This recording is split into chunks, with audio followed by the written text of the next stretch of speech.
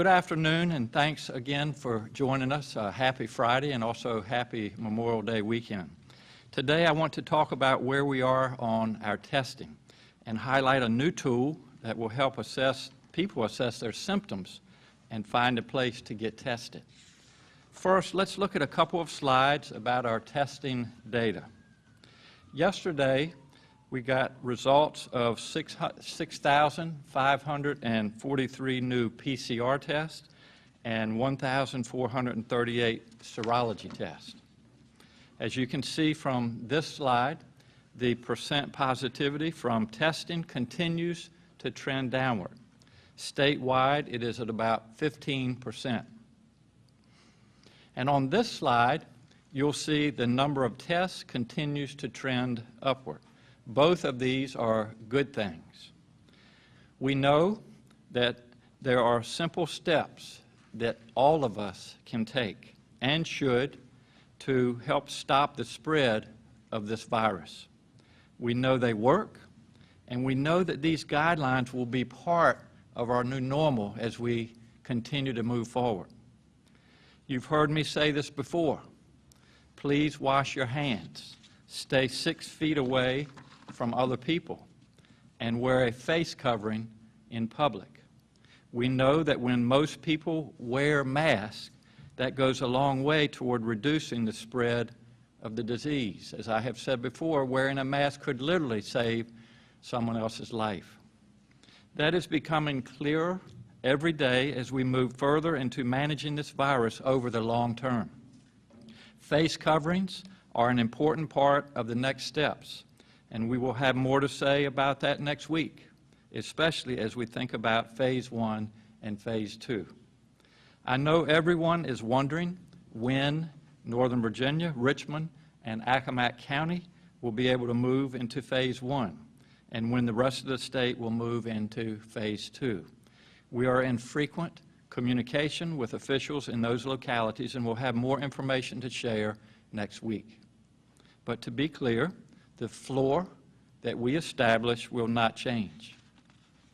Today, we're launching a new symptom checker that will help people assess whether they should see a doctor, self-isolate, or get tested. The Virginia Department of Health is launching COVID Check. I'll repeat that, COVID Check, a new telehealth and online risk assessment tool. You can go online to the VDH website and answer questions about your symptoms, and the tool will give recommendations about what to do next, such as self-isolation, seeing your doctor, or seeking emergency care. It also can give you options for where to get tested near you. As we have talked about, testing and tracing are critical pieces of this puzzle as we move forward. VDH is in the process of hiring the tracing workforce that we need. And we keep expanding our testing capabilities. We are doing large-scale community testing with the VDH and in many cases the National Guard as well as private contractors. We're working to partner with pharmacies for testing, and we continue to ensure that doctors' offices and clinics are able to access testing. This week, we did more than 4,000 tests at community events in Woodbridge, Manassas, and Leesburg. The Virginia National Guard has done almost 11,000 tests as of this past Tuesday, and will have done 9,000 this week as of Sunday. Next week, we have planned 44 community testing events, and we anticipate that will include 17,500 tests. We'll also be doing point prevalence surveys in approximately 15 facilities with 6,000 tests. And speaking of the National Guard, yesterday there was flooding in Southwest Virginia. Members of our National Guard worked with the Division 6 Swiftwater Rescue Team members from Roanoke Fire EMS to rescue 116 people, 4 dogs, and yes, 2 birds in Roanoke. I have spoken previously about how grateful I am, and how grateful all of us are to our National Guard members for their service during this time. And this is an important reminder of how much we rely on the National Guard for help during emergencies of all kinds. Now I'd like to highlight an important step forward for the more than 740,000 Virginians who rely on the Supplemental Nutrition Assistance Program benefits to feed their families. We also refer to that as SNAP benefits. This week, the USDA has approved a pilot project from our Department of Social Services to allow SNAP recipients to order groceries online and to also have them delivered. This will launch next Friday, May the 29th. To start, this online shopping access will be available through Amazon and Walmart. Other retailers may be accepted into the program by contacting the USDA. This will help families get access to nutritious food without having to leave their homes. For families with small children or with members who have underlying health conditions that put them at greater risk, this will help keep them even safer. I want to thank Senators Mark Warner and Tim Kaine for their work to make this pilot project happen. Yesterday, we received the first monthly unemployment report that really shows the impact this pandemic is having on our employment in Virginia. As you know, we had enjoyed a low 2.8% unemployment rate prior to COVID-19. For April, however, our unemployment rate rose to 10.6%. This is expected as we now have approximately 720,000 people in Virginia who have filed for unemployment, including 44,000 new claims this past week. There have been reports that I realize individuals, Virginians, are having difficulty getting their unemployment benefits. So I'm pleased to announce that we are opening up a new call center with 315 additional employees to help handle those requests. This is the season when Virginia high school and college seniors would be graduating. The pandemic has turned all of those celebrations literally upside down. I am sorry that graduates across Virginia will not get to commemorate this achievement with their friends and their families. However, Virginia Public Media, who also helps with these presentations, by the way, has worked to create a virtual graduation ceremony. Virginia Graduates Together will air next Friday on public television stations across the state as well as online. Members of the class of 2020 can send VPM photos, messages, videos, and more at vpm.org/grad. I'll repeat that again, vpm.org/grad. And please do that by Sunday. Our staff has really played a large role, put a lot of effort, and I think our graduates will find it really good, and I think they'll also find that there are some special guests that they will enjoy that will be speaking to them as part of that graduation ceremony. I want to say Eid Mubarak to all Muslims across the Commonwealth. For those planning Eid prayers, please remember to follow social distancing. This year, Ramadan and Eid have fallen in the middle of difficult times. Both Pam and I join in wishing you all a blessed and joyous celebration. And finally, this Monday will be Memorial Day. It is hard to believe we are already at the end of May. These past 3 months have felt both very fast and very long. I want to take this time to recognize all of the members of the military who have given their lives to defend our nation. Since World War II, nearly 13,000 Virginians have died in the line of duty.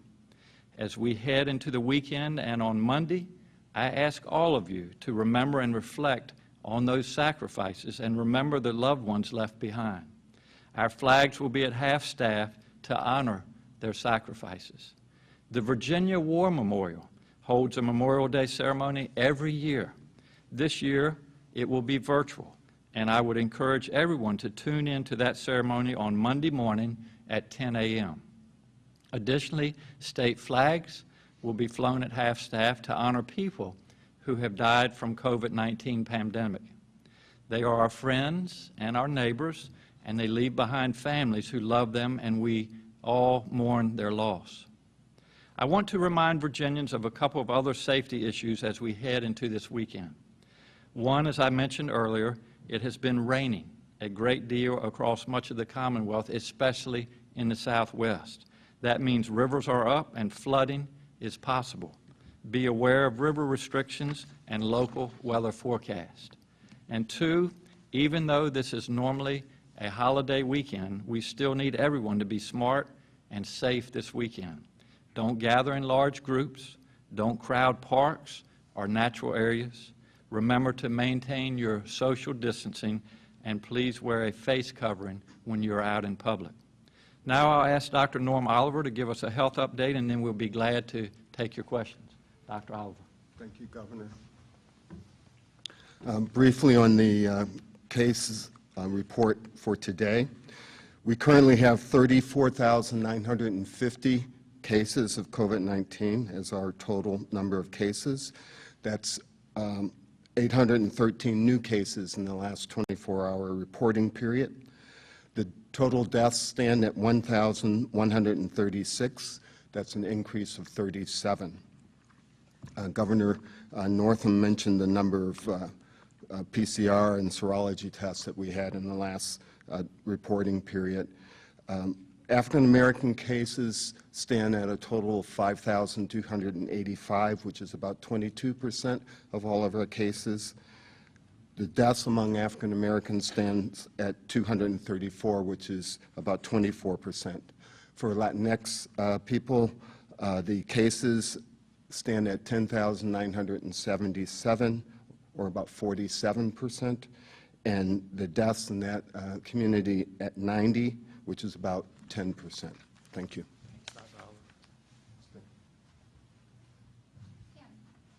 Governor Northam, I know you mentioned you're going to talk about it more next week, but yesterday Mayor LeVar Stoney said that he had written requesting at least a mask mandate for the city.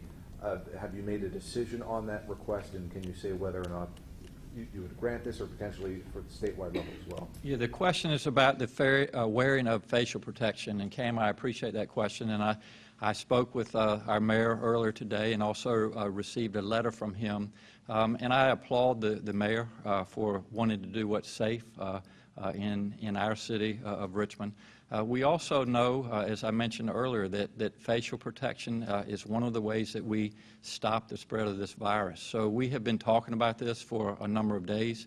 We are working through the policy, Cam, over the next couple of days, and I will make an announcement on Tuesday regarding that, especially, and we're trying to work through some of the details. Obviously, it's an equity issue. We want to make sure everybody has access to a mask. We also want to talk about how we enforce that, but I'll be making that announcement on Tuesday, and especially for individuals that are going into places of business, because that's one of the most vulnerable places. And we, again, the mask is intended to protect other people, and that's what our goal is.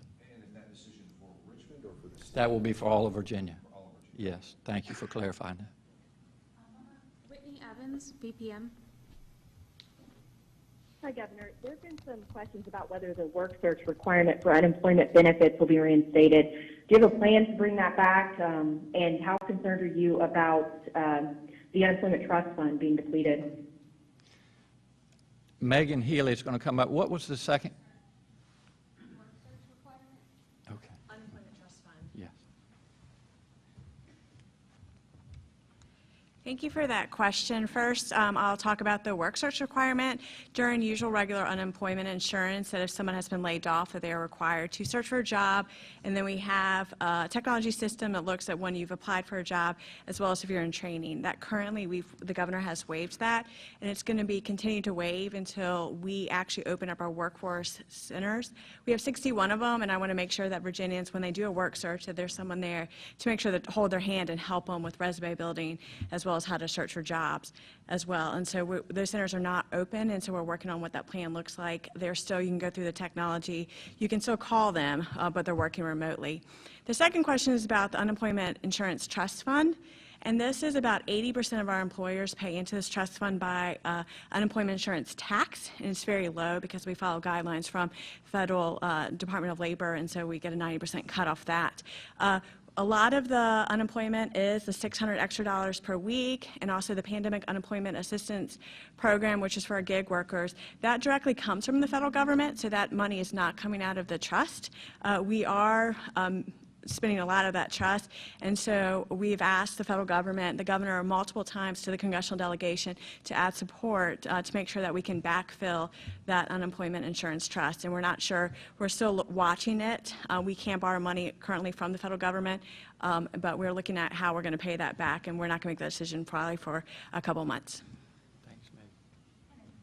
Not to catch you off guard here with this, but just from the Trump administration, the CDC at the Trump administration's request has apparently declared all churches nationwide essential and that they should open immediately. What would be your response to that? Well, Henry, the question is about our places of worship across the Commonwealth. And the first thing that I would say is, in a time like this, when so many people are struggling and making sacrifices, faith is more important than ever. And we want to make sure that individuals are allowed to practice their religion and that they're allowed to do it safely. So as we went into phase one, we changed the guidelines regarding our places of worship, and that now they are on the same level as retail stores, that they can have 50% capacity. They need to continue to practice social distancing, hygiene, those types of things. So we made that announcement as part of phase one. I have talked to a lot of faith leaders, including my minister on the Eastern Shore, and a lot of churches are continuing to do the outside, the drive-up services, and so just because we've allowed places of worship to open up with those new guidelines, it doesn't mean that they have to. So if they're more comfortable continuing the practices that they've been using over the past few weeks, they can do that. But we've made sure that people can continue to practice their faith as we work through this pandemic. Tracy Agnew, the Suffolk News Herald. Thank you. My question for the governor is whether you are pleased with the way the statistics are trending, and do you believe most of Virginia will be able to progress through the phases and not go backward? The question is, am I pleased with the way the statistics and the data are trending? And, you know, so far, in most parts of Virginia, our percent positivity continues to trend downward.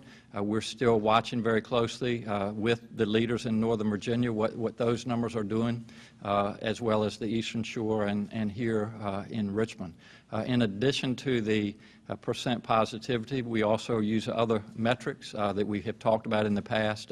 Our hospital capacity, which to date have been strong, our capacity for ventilators, our supply of PPE, and our ability to test. So all of these things are taken into account as we move forward. And I will, have further to say early next week regarding the three areas that haven't entered phase one, and also when we think Virginia can safely move into phase two. Along with those statistics, so there was a uptick in the number of deaths reported today. Does that concern you? That's got to be something that you're watching also, isn't it? We are, Greg, and again, we're looking at the trends, and the deaths are not necessarily those that have occurred in the last 24 hours. So it depends on when the death certificate is signed and when the Virginia Department of Health is notified. So every death is important in answer to your question, but we're following the trends. And as you've seen, I don't remember all of the numbers off the top of my head, but there was one day this week where we had, I think, 12, and so not every day has been 37, but certainly the fact that we have 37 additional deaths that have been reported today is very concerning to me, and that's a part of what we'll follow as we move forward. Luann Rife with the Roanoke Times. Good afternoon, Governor. You had mentioned briefly about the point prevalence survey, and we get a lot of questions from people about that as to whether the department's going to be posting the information about that as far as how many facilities and the number of tests and the number of positives. And, secondary to that is we were wondering if the department is finding, as the CDC has recently reported, the high prevalence of asymptomatic infections in long-term care. All right, thank you. Dr. Fulano, thank you. Hi, the questions are around our point prevalence surveys in long-term care. We've shared some aggregate data earlier today, actually, around our point prevalence surveys. There was a graph earlier today. We're happy to share that further. As of data as of a couple of days ago, 43 long-term care facilities were at some point in the process of point prevalence surveys, either already having completed them, specimens being collected, at the laboratory being scheduled, et cetera. And we're grateful for the partnership with the National Guard there. So yes, we will continue to provide updates on the aggregate information. We won't be providing the specifics as to number of cases, for example, in a given facility, but happy to keep updating you on our progress in general. Asymptomatic infections in long-term care facility residents, yes, that has been demonstrated in the facilities here in Virginia. That's not unique here in Virginia. That's part of the reason why we do point prevalence surveys, to establish the existence of those asymptomatic individuals so they can be cohorted or put together with the right kinds of people, and we can make sure that they are isolated or quarantined within the facility for appropriate infection prevention.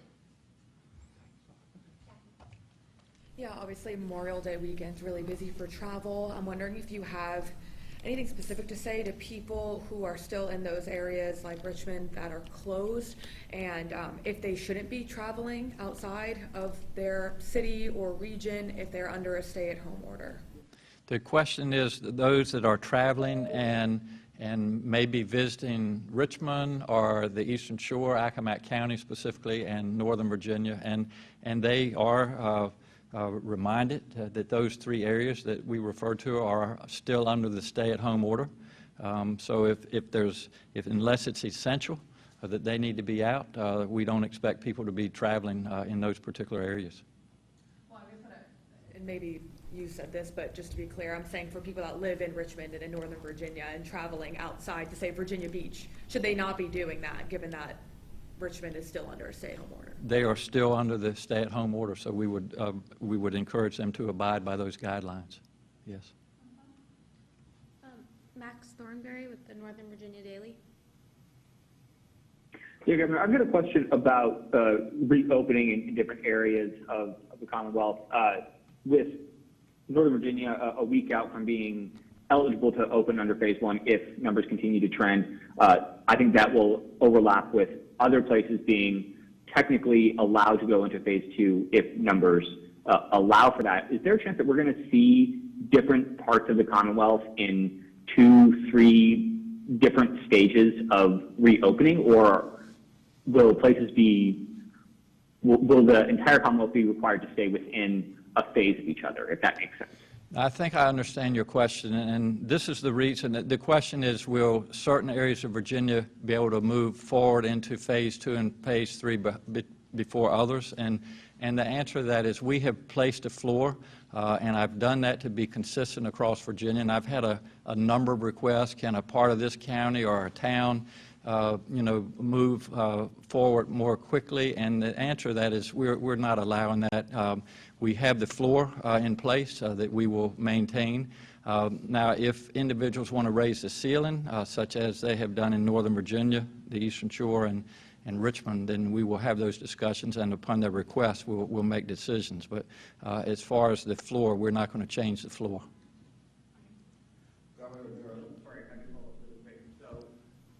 The rest of the state will not be going into phase two until Northern Virginia, Richmond, and Accomack County enter into phase one? Okay, a little bit different question. Will Accomack County, Northern Virginia, and Richmond enter Phase 2 at a different time? They're on a different schedule right now, so I don't anticipate changing that schedule. So, for example, and we're continuing to discuss this with their leaders, but if we move the rest of the state, for example, to Phase 2, they may be going into Phase 1. So they will be behind the rest of the state.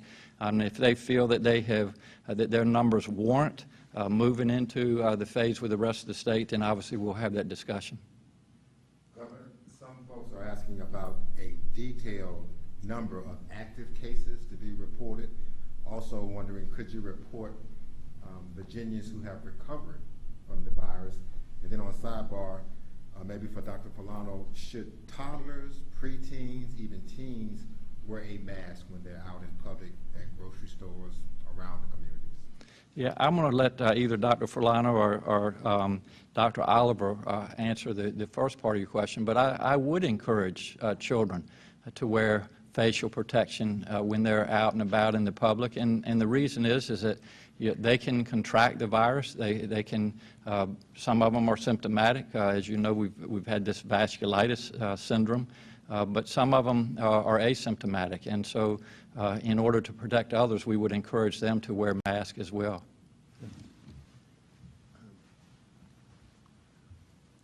Andre, I'm sorry, I'm going to ask you to repeat that question. Some Virginians were wondering, could you all report a more detailed account of active cases, and also could you report the number of Virginians who actually recovered from the virus, who were successful and beat COVID-19? The way our system is set up for tracking the public health threats like COVID-19 in the population is identifying cases when they come up and then tracking their contacts and helping people to identify themselves as being possibly exposed to that illness. We're not actually taking care of the patients. We don't provide the care.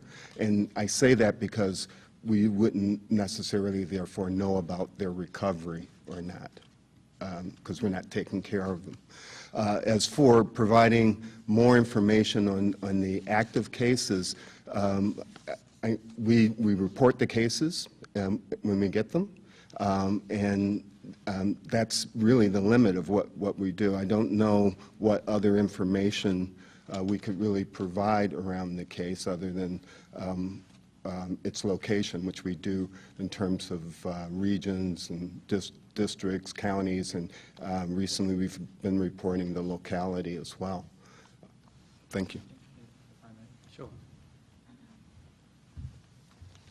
I'll just add to what Commissioner Oliver said. We do have that in the public domain. For example, from the team at the Virginia Hospital and Healthcare Association on their website, they do report those that have been discharged and those that are there. And the governor showed the data that we have from our hospitals. Those are in the ICU, total numbers in the hospitals, those that are on ventilators. So we definitely look at that each day, and that is in the VHHA's website that we import that information. So I think they have over 4,000 people discharged, so that is part of the recovery, but not the number. Again, the vast majority, thank goodness, recover from COVID-19. So the 95% or more. So we do have lots of information about those that recovered, and I think part of your question may be to emphasize that those that triumph over this disease, and that's something that I think is very important. You make an excellent point, and we share that, how important it is to celebrate those that have survived and are back to full recovery after the illness. Yeah, I know that there are probably hundreds of Virginians that have received positive antibody test results. I'm just wondering if there's any guidance for how those people should continue to engage with the public and what actions they need to be taking or not. And I also wonder if maybe there's coming guidance on antibody tests where people should get tested and when they should and even if they should. Do you want to comment on antibody testing? I can provide a little insight. That's fine. Hi, the question's around antibody testing and its role essentially. The first thing I'll say is there's some information about the different kinds of tests and when they should be used and how they can be interpreted on our webpage at the Virginia Department of Health. I think the role of antibody testing is we're still learning about that. So I think the best thing to do, is definitely work with your individual healthcare provider who's provided that test to you. But I think, Mel, in general, we're still learning about the role of antibody testing, and I think we're all equally eager to have additional science there. What would you say to people who have already received a positive test result? Let's say I spoke to a woman yesterday who went to Quest, and within 24 hours she had a positive result. What would be the guidance to somebody like that? Denise, Tony. Dr. Tony, do you want to chime in there at all? You want me to take a shot? Yeah. So Mel, the question is what to advise someone who's had the serology test, the antibody test, who's been tested positive, and what kind of behavior they should have. Now, implied in that question is the idea that if they had what we call an IgG result, which normally would indicate that someone is immune to whatever they were exposed to in the past and that they no longer have the infection. If you tested me and you would find out that I'm IgG positive for chickenpox, it's not likely that I'm going to get chickenpox again because of that antibody. As Dr. Ferlano just explained, we don't know if that's the case with COVID-19. There's conflicting evidence on that.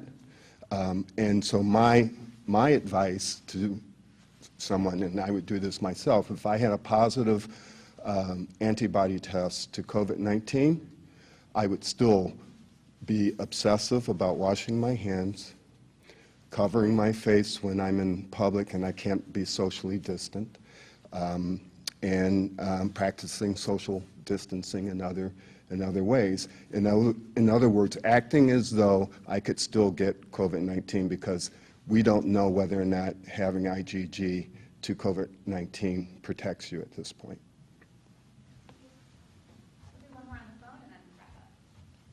The last question will be from Roger Watson with the Farmville Herald.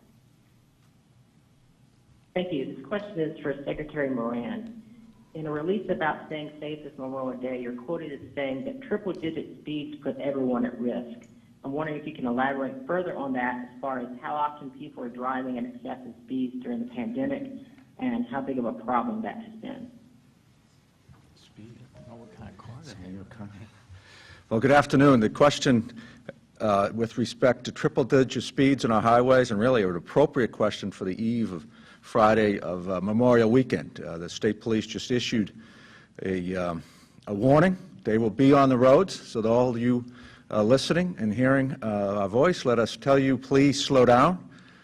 Triple-digit speeds are inherently dangerous on our roadways, and so our extra law enforcement will be on the road making sure our speed limits are enforced. As you all know, there will not be as much traveling this weekend, so you may be tempted, so please don't. Please observe the speed limit, be safe, arrive at your destination safely. So appreciate the question. Please drive safely. We look forward to seeing you all next week, and so thank you for the question. Thank you, Brian. So in closing, I want to remind people of what Memorial Weekend means, and that is that many men and women who wore the cloth paid the ultimate sacrifice so that we can have the freedoms that we enjoy every day. So remember that over the weekend. If you see an active duty member of our service, thank them for what they do, and also a veteran, thank them as well for their service.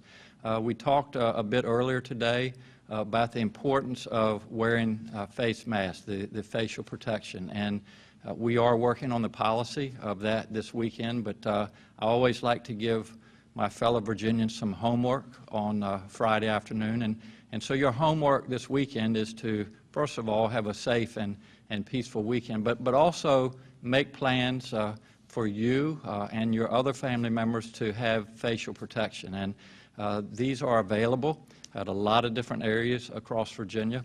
And also, if you go onto the internet, there are websites that will show you how to actually make a mask. You can take a bandana or actually a handkerchief and make your own mask. And it just looking around the room, and I appreciate everybody wearing facial protection, I think it's fair to say that people have gotten very creative with their facial protection. So that's your homework for the weekend.